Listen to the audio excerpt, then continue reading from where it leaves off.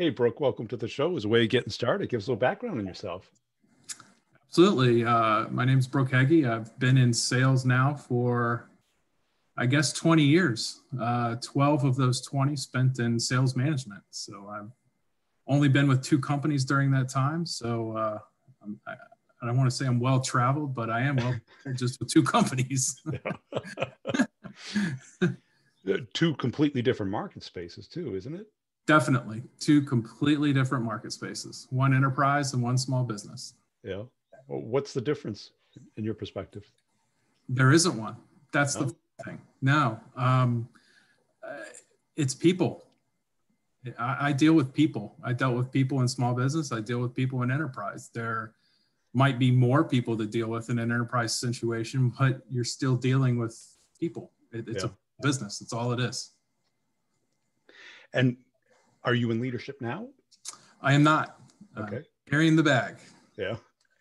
What was that like, going up and then back? And it was a decision I made for myself. I had some life changes and felt it was best that I go back into sales to better suit my family's needs and myself. And it was probably one of the best decisions I made.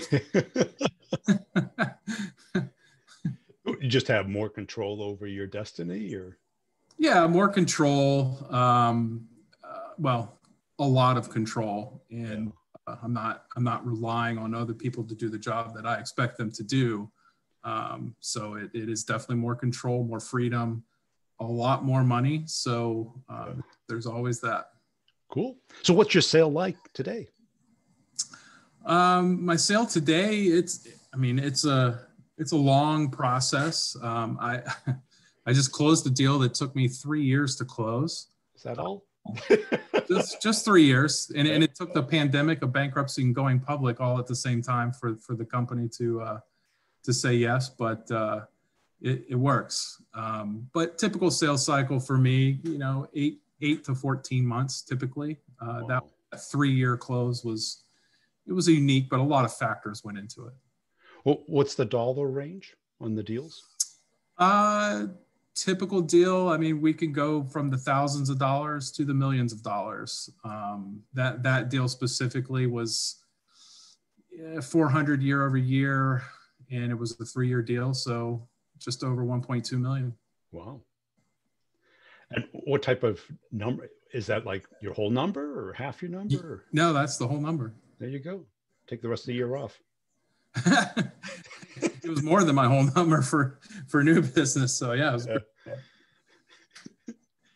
was But the complexity between a small business and an enterprise is very different, isn't it? It is. Small businesses are a little bit more agile. They can make quicker decisions based on need.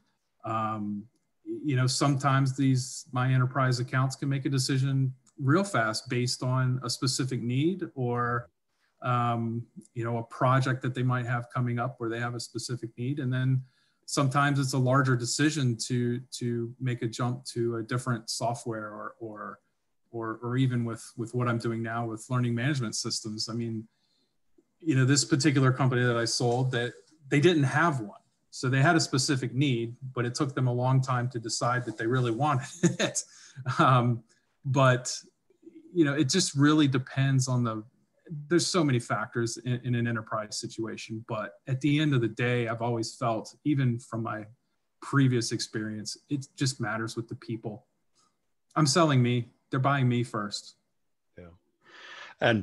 But there's a lot of you out there, right? Yeah, sure. But not like me. No? How are you different? A lot of different ways. From what my customers tell me, and even from the past, it's I'm accessible at all times. I know there are others that are, but it's a matter of how you treat the customer. Yeah. I'm probably the most sales guy you'll ever meet. It just I let the product and the process speak for itself. And what is that though? I don't want to say I'm a no pressure salesperson, but I'm on top of the business. But it's a matter of making the individual or the organization feel comfortable about the decisions that they're making, whether it's providing research, resources, referrals of other businesses that I've worked with that are comfortable to do so. All of that goes a long way. Yeah. And how do you demonstrate that? By showing up. Yeah. But everyone shows up. Yeah, everybody shows up, but you demonstrate it by proving your point and saying what you mean. You know, don't miss meetings. I have seen many of my competitors that schedule meetings, then don't show up for the meetings. They don't have the right resources available. It's there's a lot of preparation. There's a lot of things that going into having the proper meeting and being prepared and being that resource to an organization is what they look for. They don't want you to show up and, oh, let me start looking at my notes. What did we talk about last time? It's ready to go when the bell rings. It's crazy. I don't know if you've ever seen that quote about, or meme, you know, the 7 things that require no talent. Yes, absolutely. And what was crazy is I got pushback on some of them. I was like, well, if you think these things require talent, sales is not for you. No, it's not. No. And it is a lot of those basics that, you know, you'd be shocked. People can't manage their calendar. It's shocking. I mean, from my days in management, you know, you look for people to do the job, but sometimes you don't know what you're getting until you get them. Right. Because interview, they show up on time. Well, sometimes. Well, that's it. I replied back. You know, someone would say, well, not everyone has that strength of showing up on time. I go, well, if you won the lottery and the lottery is awarded at noon, and do you think you'd have any problem getting out of bed? Yeah. Not at all. No, not at all. Not at all. But there's a lottery ticket out there every day for us. There is. There is. You just got to get it. And, you know, the being prepared, it's like people, wow, I'll be prepared after I find out weren't prepared. Right. Yeah. You don't know what you don't know. I had a former coach that used to say even our meetings before practice, if you're on time, if you're early, if you're on time, you're late. Yeah. And it's just carried through for me with everything that I do. Preparation is hugely important to this job, to sales, to anything. And, you know, I interview what supposedly are the best salespeople. And I just had a guy cancel 15-minute notice, say, oh, hey, I have to fly to California. And it's like, well, why'd you pick this time 2 weeks ago? And you just learned that you're flying to California? Yeah, exactly. And you're like, okay. And how about tomorrow morning? It's like, you know, go figure. I booked myself a little bit ahead more than one day. Right. Yeah. We all have schedules. I mean, absolutely. Yeah. It's crazy. And people are like, well, why are you so strict? Mm-hmm. It's like, no, I'm not strict. I allow you to pick the time. Right. There's a reminder, 2 reminders, 2 days in advance. Hey. But it requires not until 15 minutes where the calendar invite hits you and go, oh, yeah. Yeah. Yeah. Yeah. And these things are not hard. No, they're not. This is not hard. The hard part of sales. No, that's the easy part of sales. And those are the things that I've found over the years that many salespeople just don't do. They're not good at it. Yeah. And do you have a checklist, a pre-call checklist? I wouldn't say a checklist. I guess a lot of it's in my head. I've been doing this for a while now that, you know, I review my meetings before I have them, whether it's internal resources that I'm going to need available or even an external resource. You know, there might be a meeting before the meeting. And that's important just to make sure everybody on the inside or whoever I may be bringing to the meeting is prepared. That's my own preparation, is to prepare everyone else before the meeting, and even a prep call with the customer before the meeting to make sure it's a successful call. You know, that the deal that I just closed, there were many meetings with my internal coach there where it was discussed, this is how we want it to look, or this is how you need it to look to ensure that we have a successful a program or launch or whatever it might be. Many of those calls, so pre-meetings, before the meeting. So just preparation is important. And how can you tell when you have a good match? Well, it's a personality thing, I think. You have a good match with someone if they're willing to talk to you or they take your call. Yeah. That's the other thing. If somebody that you think you're so close to as a prospect and they don't answer your call or respond to your emails, guess what? You're not who you think you are to them. That's also a huge thing is a personality match, making sure you're showing up with valuable information or information that's pertinent and important to them, because the minutia of sales is they want what they want in that moment. Right. And they either want to talk to you because they like to or have to. Correct.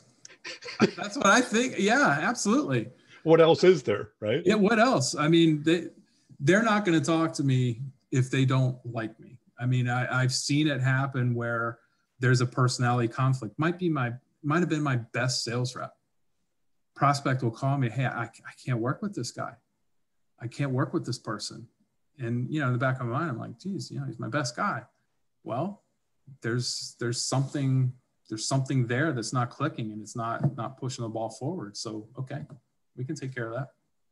Yeah. And I think a lot of people forget that because it's not their job to update you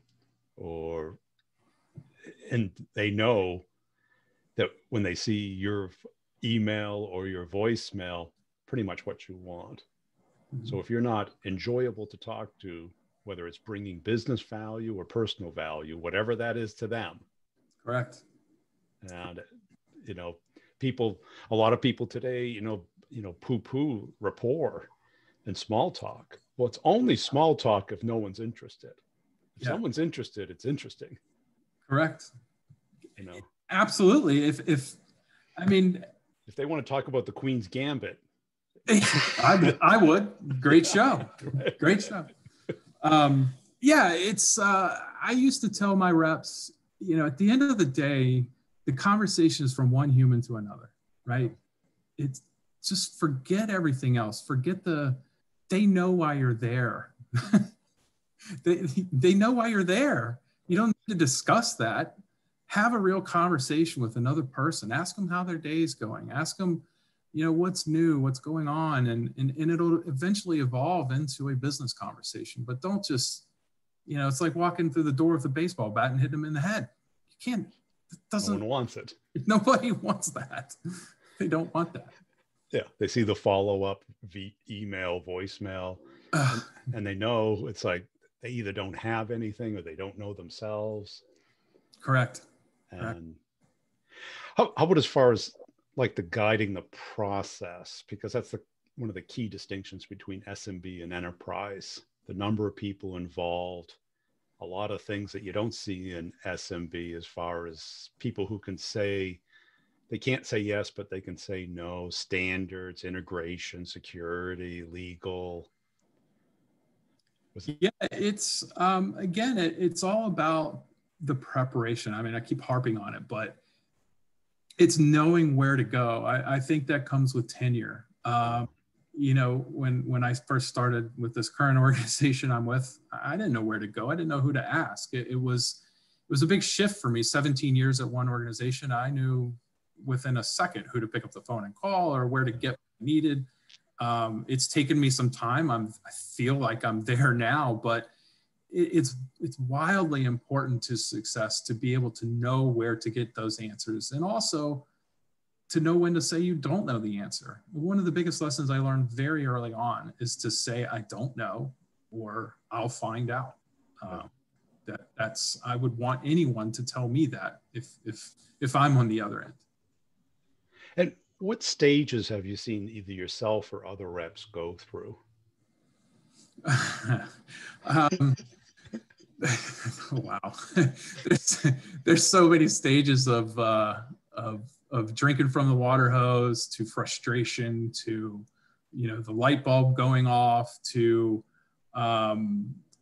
you know, withdrawing completely from the process to embracing the process, understanding the process. And a lot of that has to do with personal will. Are you willing to do what it takes to go through the process? Because, you know, for me to go from where I was to where I am now, there was some concern that I wouldn't, you know, hey, he's a small biz guy, may not know the process.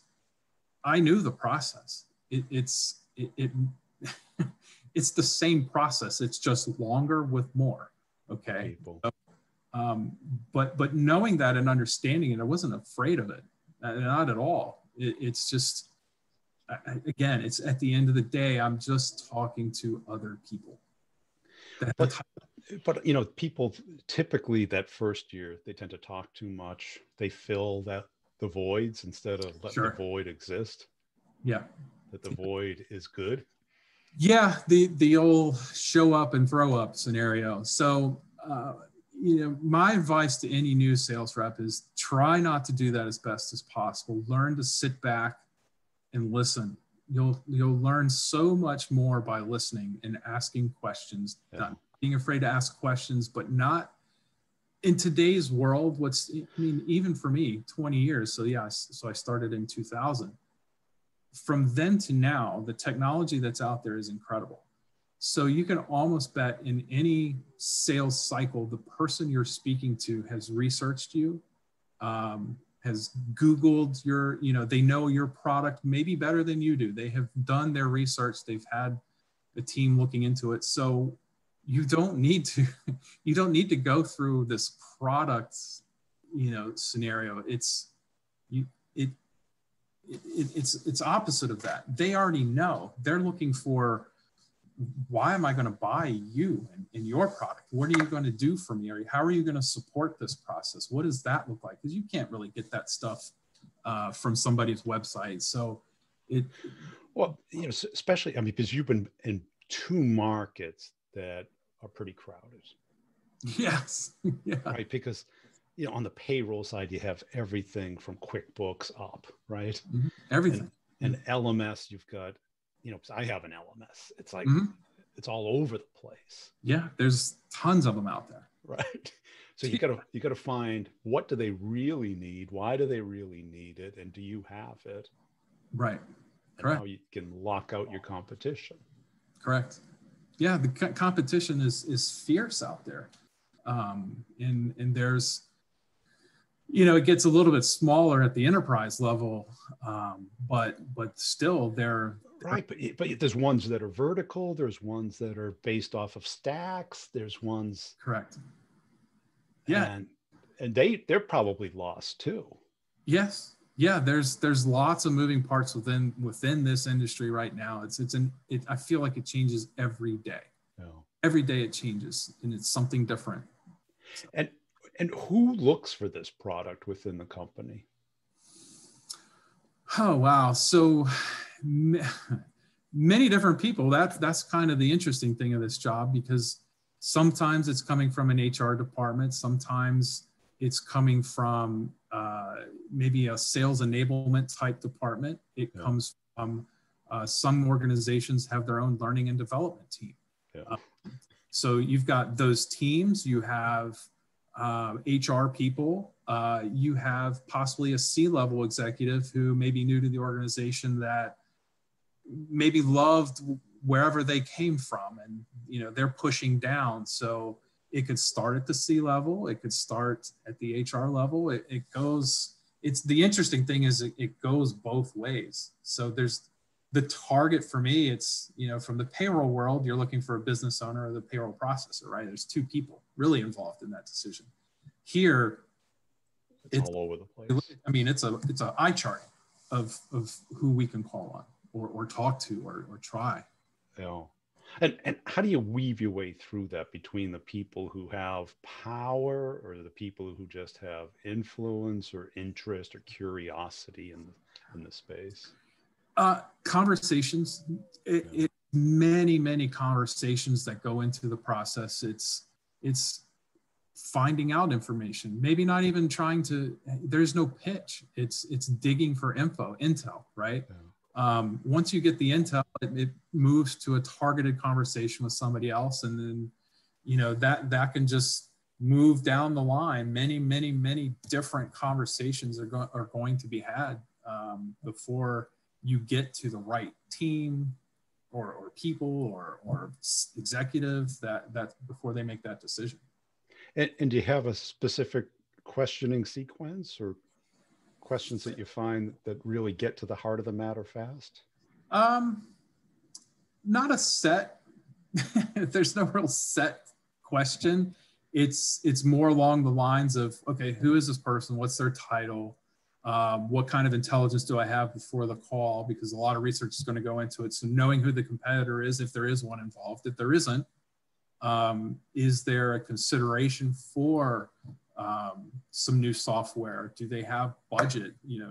Maybe I'm even talking to somebody in procurement. I found procurement people know a lot more about this stuff than the people in the actual departments.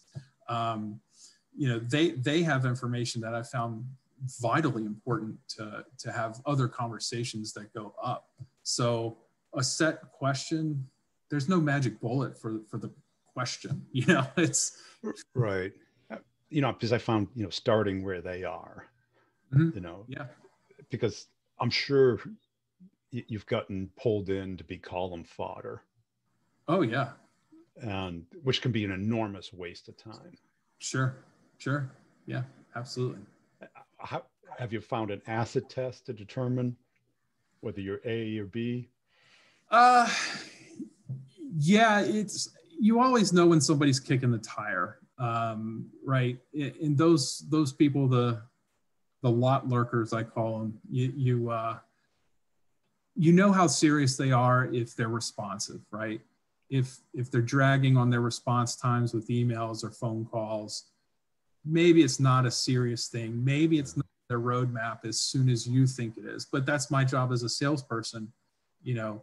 I need to know where my business is. So if you're just kicking the tires, I'll know right away just from the conversation about how serious they are, how things progress.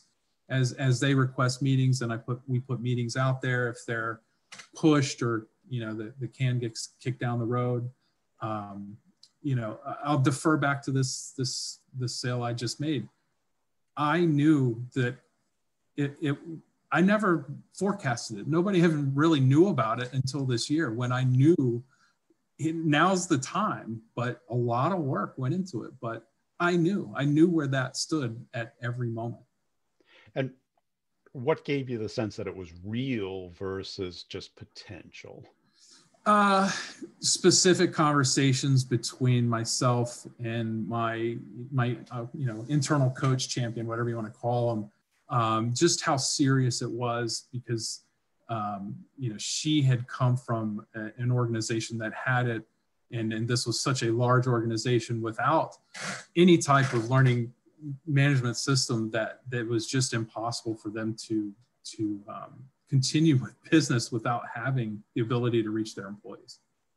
And did you find that tenure as a leader to help you become a better seller? Absolutely. Absolutely. Yeah. Yes. Because you got to see what other people would, because you get to see deals without the emotion. Correct.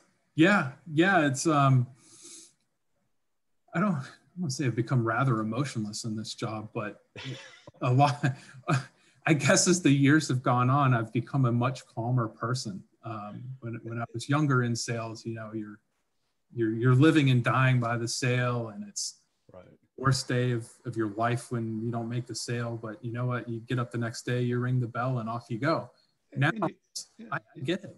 You get that confirmation bias, the happy ears. Yeah. You're emotionally attached to it, so you tend not to see the dangerous things. But as a manager, you're like, Okay, have you talked to this person? Where do they Yeah, fit in? How long have they been there? Do they seem like correct. they have juice? Yeah, yeah. Where does it all stand? Yeah. And I felt so comfortable in that one, and many of the other sales that I've made. There was a comfort level within myself and with, I guess, within the customer, that we just knew where things stood. And what do you see as your superpower as a sales rep, if you have one? I don't think I have a superpower, but probably something I learned when I was, a sales manager, was just reading people and being able to, again, the person-to-person conversation, you just know where somebody stands. You know if they're a good person or a bad person, or if they're serious or they're not. How serious are they taking your conversation? Eye contact, engagement, all those things. Eye contact now is a little difficult without person-to-person meetings, but being able to read somebody is one of the best things that I have been able to do, is just to know how somebody is presenting themselves to me. Kind of what I call the bullshit meter. Yeah, absolutely. Yeah, absolutely. For sure. Yeah. Yeah. I have a good one. Yeah. Because, and I think that was something I developed pretty fast too, because you're like, they seem too anxious or too easy and we just got there. And yeah, absolutely. Yeah. And when they tell you they're the final decision maker, and I've been burned by that one many times before. And have you been able to coach other people on how to develop that meter? Yeah, it was, I go back to my management days. It was certainly something I tried to help my reps with, was to just understand the person. As a sales manager, listening to some of your podcasts, how's the forecast and, all those things, but you've got to decipher what is bullshit and what's real, right? So if my job was to teach my reps to think like me, is this real or not? And if it's not, fine, let's figure that out, but let's move forward, right? And I guess if you ever talk to any of my former reps, they would tell you the same thing. I taught them how to figure out what's real and what's not, because it only helping them helped me. Right, because too often the forecast turns into, what does the manager want to see? Right. Versus what's real. What's real, yes. And I was more of the what's real guy. I wasn't, because and then managers yell at the reps because the forecast isn't accurate, but the manager's responsibility for the accuracy. Correct. What you roll up is your forecast, not theirs. I owned it. It wasn't. Yes. Right. I owned it. So that I took great responsibility into it. Oh, great. Hey, I appreciate your time today. Where can people go to connect and follow you? They can find me on LinkedIn. That's the best place to find me. Excellent.